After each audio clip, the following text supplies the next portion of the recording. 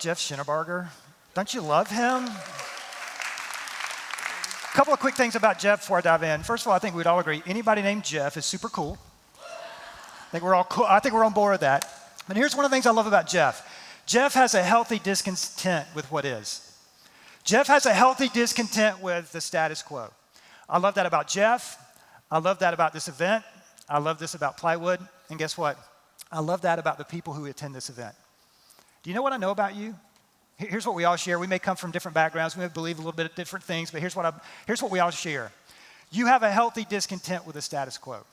And here's what you want to do. Here's what Jeff is trying to do. You're trying to take what is, and you're trying to bend it and shape it into what could be and what should be. That's what you're trying to do. That's what I know about you. And I love that. In fact, that's why I love what this whole Plywood this year is called, See the Unseen, See Unseen. What that means is that you see something that other people don't see, don't you? You see something, you feel something, you see that there's something wrong with the status quo, and you want to change it. You want to go from what could be, of what is, to what could be and what should be. I love that about you. I love that about this event. And so what that means is that you see something that the rest of the world doesn't see. You feel it, and you know it, and that's why you're here tonight. But let me tell you why I'm here tonight. Here's why I'm here tonight. You all have great ideas rumbling inside of you, all right? I love idea people. I love innovators, okay? So I love the fact that you have great ideas rumbling around in you, and you can see things that other people can't see. But here's the thing. Here's what I've come to say tonight. If you don't let other people see what you see, then they won't do what you need to be done. That's good. Let me say that again. If you don't let people see what you see, then they're not going to do what needs to be done. So what you need to do is you need to engage some hearts and hands into what you've been called to do. And so what I want to do tonight is I want to teach you how to invite more people into what you think needs to be done. I want to teach you how to invite people to help you take what is and mold and shape it until from what is to what could be and what should be. Because my hope is tonight that your idea is bigger than you. If your vision currently outstrips your resources, then you're on the right track. If you have all the money and you have all the people you need, you're dreaming too small. That's what is kind of thinking. So what I'm here to challenge you tonight, encourage you tonight, is to say this. You're going to need more money, and you're going to need more people, and you're going to need more money than you think you do, and you're going to need more people than you think you do. And what I want to do is to teach you how to invite people into that process, okay? That's what I want to do. Now, let me get us all on the same page, a little audience participation, all right? How many of you have ever endured a boring presentation? Can I see those hands? Yeah, I think that's all of us, okay? If you didn't raise your hand, meaning that you've never endured a boring presentation, on behalf of the rest of us, we hate you, okay? And so, because we've endured some boring presentations, so can you do this? Can you kind of humor me? I'm going to ask you that question again, and I'm going to ask you to raise your hand again, and if it's okay, I want you to keep your hands up for just a little while. And let me tell you how I see that, all right? Here's how I see that, all right? So, let's do this again, okay? Keep your hands up for just a little bit, all right? How many of you have ever endured a boring presentation? Can I see that hand? Okay, now look around, Everybody look around. Okay, keep your hands up. Here's how I see this, all right? Here's how I see this. Every hand raised, keep them up. Every hand raised is a lost opportunity. Every hand raised is a lost opportunity. Okay, you can put your hands down. Here's how I see this. Somebody had an idea, and they wanted to share that idea with you, okay? And it may have been a really good idea. Who knows? You were bored, right? You were disengaged. So we'll never know what hung in the balance. So they had this great idea. There was maybe a dissatisfaction with what is, but here's what happened. As they got up to communicate their idea, the communication was so bad it snuffed out the idea. And if that happens to your idea, here's what happens to great ideas. And we'll put this on the screen. Great ideas communicated poorly are stalled ideas. Let me say that again. Great ideas communicated poorly are stalled ideas. And this is what a great idea that's stalled looks like. You can't see it because of the presentation. Now, I know what some of you are thinking. You're thinking, I'm not a presenter. Jeff, I'm not going to ever present in a room like this. I'm not going to present in front of 50 people. I might present in front of 5 people, but I'm not a presenter. Well, I want to tell you tonight, you are a presenter. You are a communicator. If words come out of your mouth, congratulations, you're a communicator. I'm a pastor. I don't know if I need to do this to get you responsible to go for it, okay? But you are a communicator and a presenter. I was talking to a big corporation the other day, and a guy raised his hand and he said, hey, I'm just sharing information. Do I need to do all this stuff that you're talking about? And I said, no, you don't. Unless you want people to listen. If you want to be Charlie Brown's teacher and we're just going wah, wah, wah all the time, that's fine. But if you've got something important to share, then what you need to do is take the communication and let people see your idea. So here's what I want to do tonight. The next time you're at a coffee shop and you're trying to pitch your idea, the next time you're in front of a boardroom and you're trying to get funding, here's what I want to do. Here's my goal, and I'll put this on the screen. It's really simple. I want to make your next presentation your best presentation. That's what I want to do. I want to make your next presentation your best presentation. This is how you become a better communicator. You don't go to a conference and learn all these things. You just focus on your next presentation, and you make that your best presentation. And then guess what you do after that? You make your next presentation your best presentation. That's how this works. And here's why this is important for all of you leaders in the room. Eventually, at some point for all leaders, eventually leadership comes with a microphone. Eventually, leadership comes with a microphone. At some point, you've got to stand up and say, hey, here's where we're going. Here's the what is, and here's what I think could be and should be. And so I want to teach you tonight how to do that, because I bet you have one of these. Now, what you might be thinking is, okay, Jeff, how do you know that you can help me? Well, can I give you a little bit of my background, my story? I'm a preacher's kid, and so I promised myself I would never, ever work at a church. And so I've worked at a church for the last 11 years, okay? So I've done that. So I went into marketing, and I had an interest in marketing. I thought I would go do that. And can I tell you the worst day I've ever had in my marketing career? Is that okay? Is it okay at this table? Michael, is that okay? All right, good. The worst day I ever had was actually started out to be one of my best days. Part of my role when I worked in marketing at Chick-fil-A is I was over their sports marketing department. And so my job was to take the sports marketing properties of Chick-fil-A and kind of marry the brand together so that you would walk away and you would eat more chicken. And so one of the sports marketing properties that Chick-fil-A had at the time, and they still do, is the Chick-fil-A Peach Bowl. And so one day, I was dreaming in the Georgia Dome like you dream, and I see what is and how can we take this big stadium, and when the college football bowl game comes, how could I create an idea that people could walk away with and think, wow, I love Chick-fil-A, I want to eat more chicken. So I had this idea. I thought, what if we could put little cows in all of the cup holders in all of the seats at the Georgia Dome? What if we could do that? I mean, there's 72,000 cup holders. Wouldn't that be cool? You go to the game, you see your cow, and you walk away. I thought that was great. But I thought, you know what? I don't have the money in my budget to do that. But I know someone who does. His name's Truett Cathy, the creator of the Chick-fil-A sandwich. So I marched my little bad self up to Truett's office. I sit down, and I pitched this idea. And I did to him what I'm going to tell you to do in just a second, okay? So he looked at me, and he said, Jeff, let's do it. So I got my flipped out my flip phone, and I called, and I ordered me 72,000 cows, all right? Now, my wife says, Jeff, you're how, but you're wow, but you're not how. You have absolutely no idea how to do this, okay? So it took us like 2 days to put 72,000 plush cows in the seat holders at the Georgia Dome.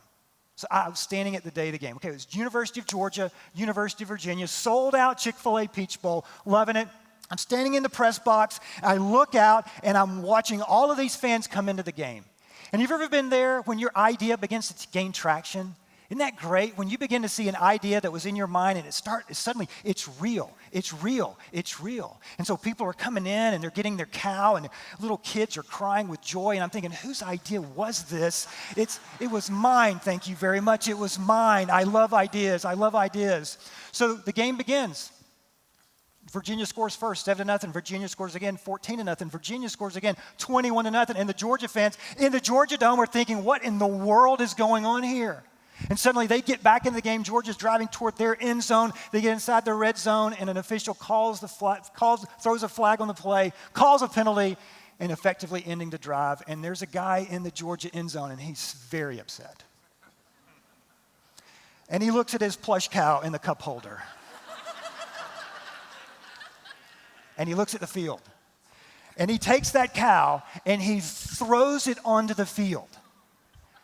And guess what happens next? Yeah, 20,000 of his closest friends, they throw their cows on the field. And I'm standing in the press box and I'm seeing my marketing career flash before my eyes. Y'all, they had to call the game for a little bit and sweep all the dead little cows off the field. Now, this game is broadcast nationally by ESPN, okay? So they're having to kind of, fill the airtime, and one of the commentators says, and I quote, "Who is the marketing genius who came up with this idea?"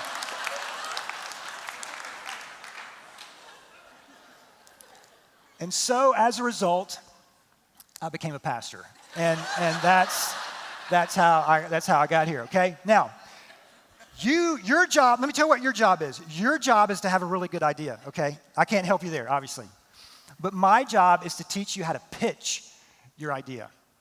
And the reason I feel like I can help you is when I was a little kid, as I told you, my dad was a pastor.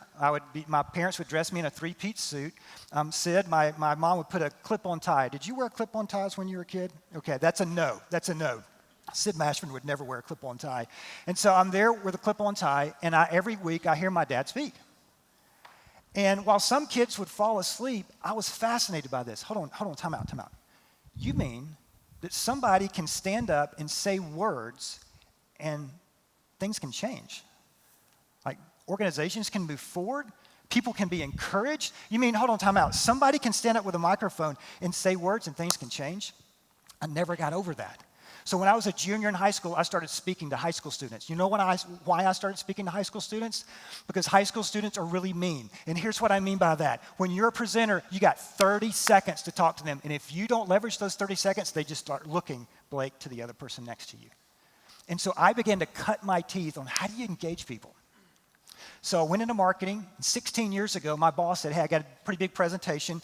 Can you write down a few things for me to do to make sure this presentation is a great presentation?" So I sat down and I said, "Well, here's what I would do." To his credit, he did exactly what I asked him to do, and he crushed his presentation. He came back and said, "Hey, thanks," and he started telling other people about it. And so for 16 years, I've been telling people what I want to tell you tonight. And I'm not telling you I'm an expert. I'm just telling you I'm an observer. And what I've learned over these 16 years is to basically help you make your next presentation your best presentation. And here's why I'm here. I believe there's an idea in you. I believe you're dissatisfied with what is.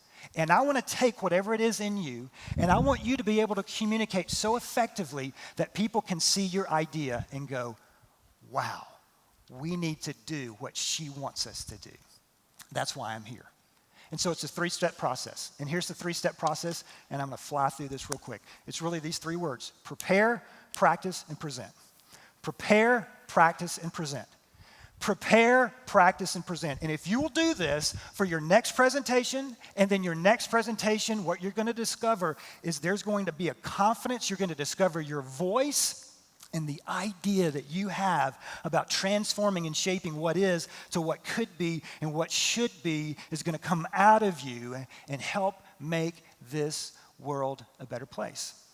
So here's how to prepare. Many of us have never been taught how to adequately prepare a presentation. You know how I know that? It's when I ask business clients, when I first start talking to them, "Hey, are you prepared for your talk?" Here's what they say more often than not. They show me 140 PowerPoint slides. That's what they do. And then they go, "I think this will fill the time," as if the goal is to fill the time. The goal is never to fill the time. The goal is to leverage the time. And if you can go shorter, the better. Because you should have an idea that's so compelling it doesn't take you too long to talk about it, all right? So I want to teach you how to prepare. I'm going to give you 4 preparation questions. These preparation questions trick your mind into preparing. Because here's what happens if you've ever prepared a talk or a pitch. You go to a coffee shop, you get your computer out, and you're going, "Okay, I've set some time from today. I'm going to prepare my talk." And so you look at that blank computer screen, and then the cursor starts taunting you, right? And before you know it, you're watching cat videos on YouTube, right? And so your mind just wanders, okay? So what I'm asking you to do is to set your watch for 30 minutes, and you dive through these 4 questions, and you go as fast as you can.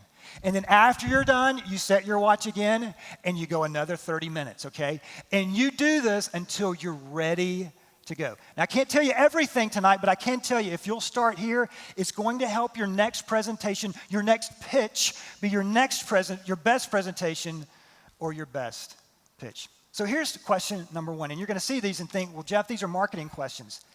Exactly, because you're in marketing, because you have an idea to sell. All right, question number one is, what does my audience currently think? What does my audience currently think? The reason many presentations bomb is because they start with the presenter and they don't start with the audience. So what you want to do is you want to create empathy. You want to let the audience know early on, I'm more for you than I am for me. The problem with many presenters is they're more interested in impressing the audience than helping the audience. You are here to help the audience, and so you have to put yourself in their shoes. Great presentations start with empathy, and the audience needs to understand that. But to do that, you have to put yourself in their shoes. Now again, let's not talk about a setting like this. Let's talk about it's a coffee shop, it's a one-on-one meeting. You still have to start there. And the audience wants to know that you're interested in them. Question number two is somewhat related, but this is the question we want to get to. Question number two is this: what do I want them to think? What do you want them to think?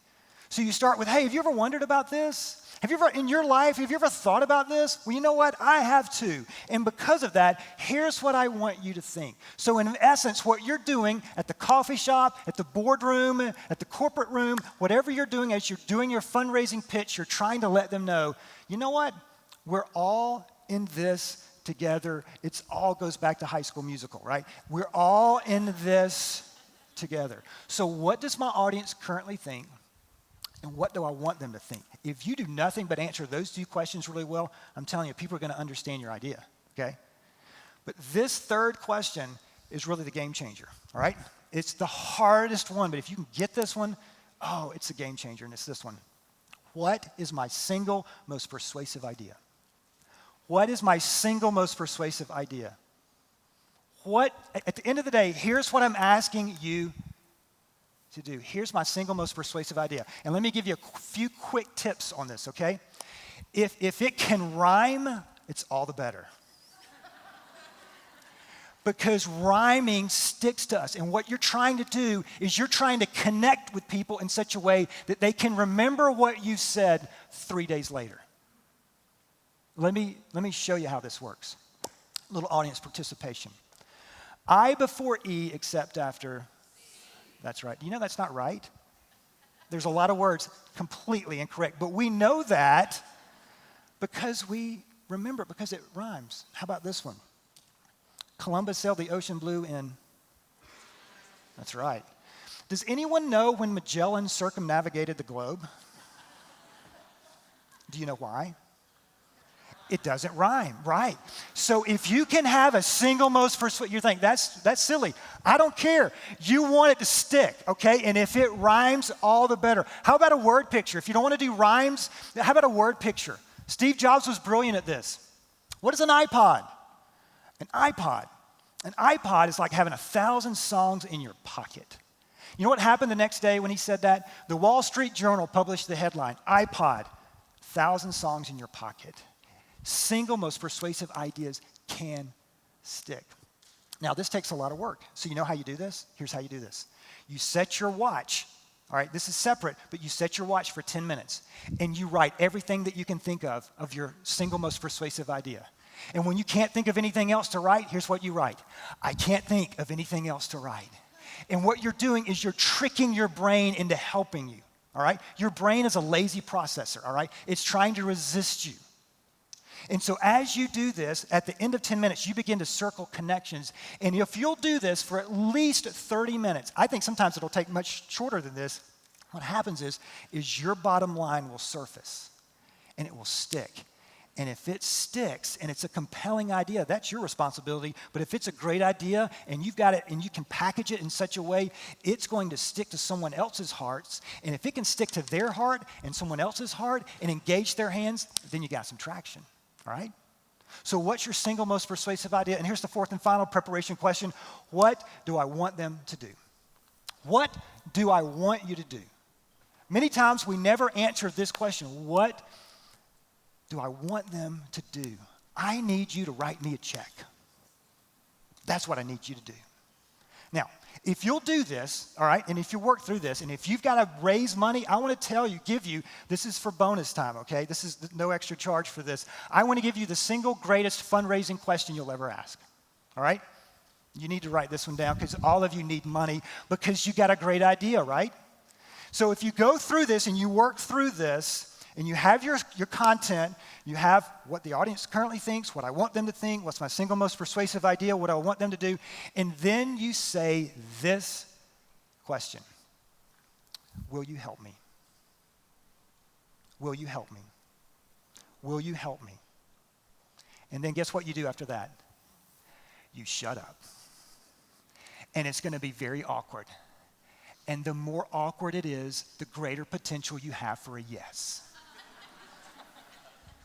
And you're going to go, I'm sorry. Well, look, and we're all uncomfortable asking for money, okay? And if your idea is a bad one, then you don't need to ask for money.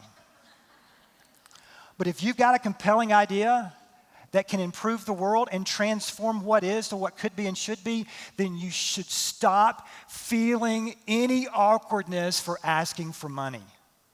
It's just money if your idea is really, really good. And here's what we heard from Jai, you will get rejected.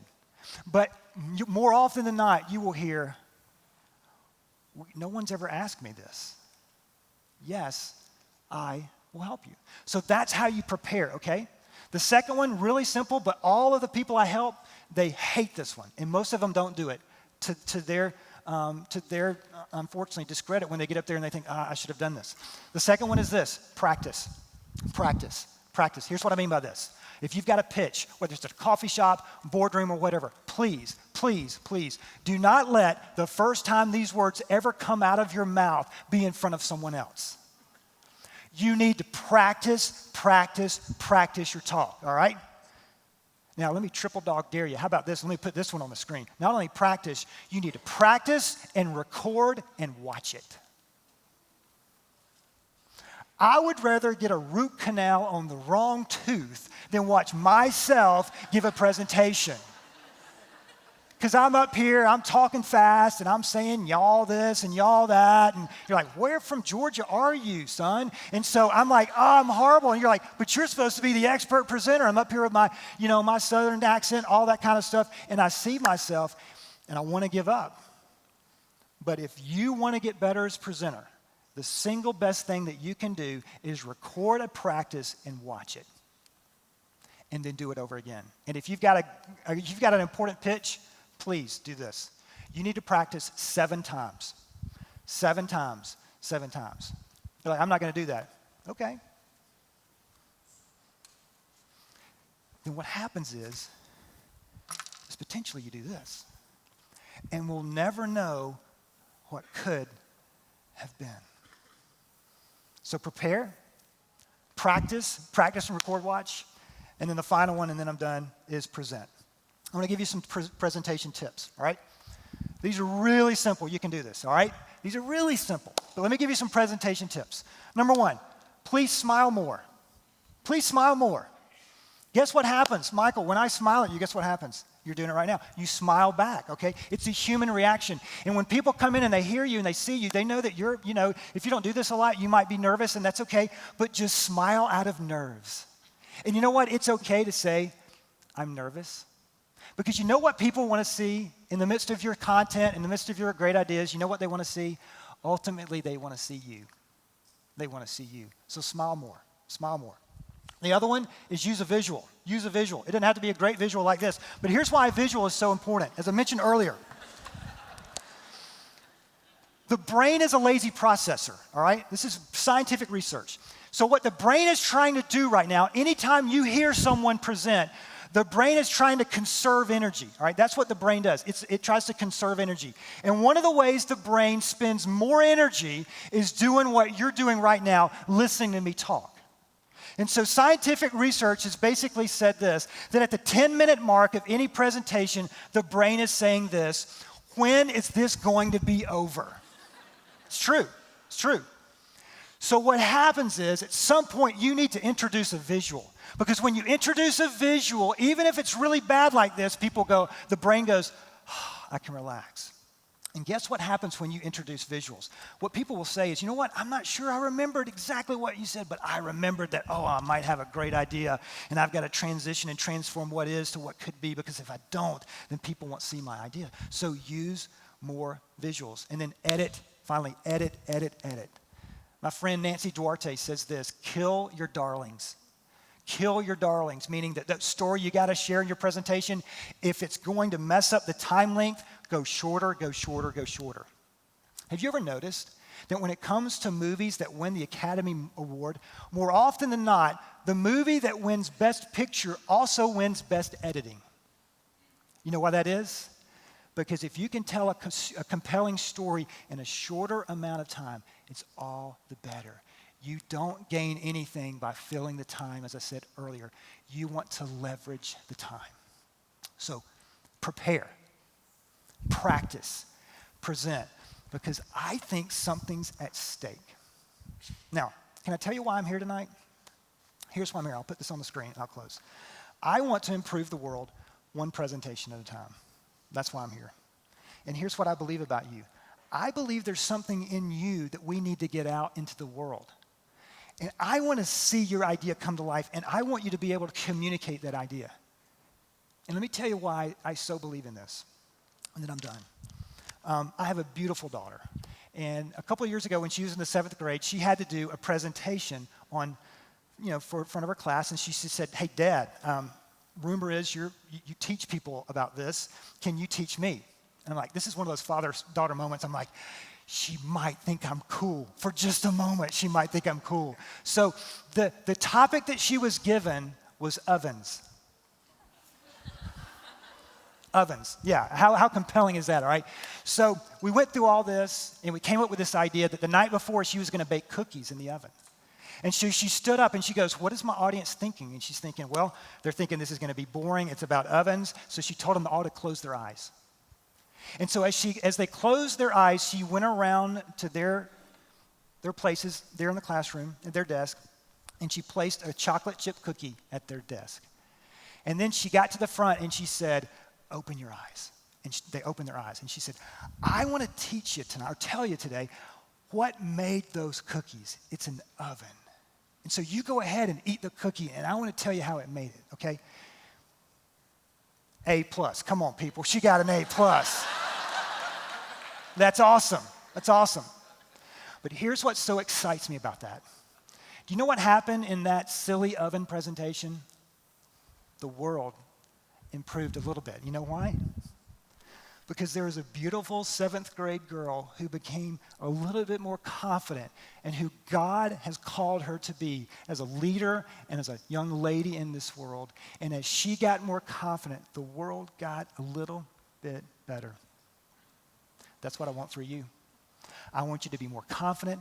I want you to be more bold. I want you to ask for more money. I want you to ask for more help, because I believe there's an idea that's rumbling inside of you that can challenge the status quo and transform it to what could be and what should be. That's what I believe about you. And I'm so glad you let me spend a few minutes with you. Thanks.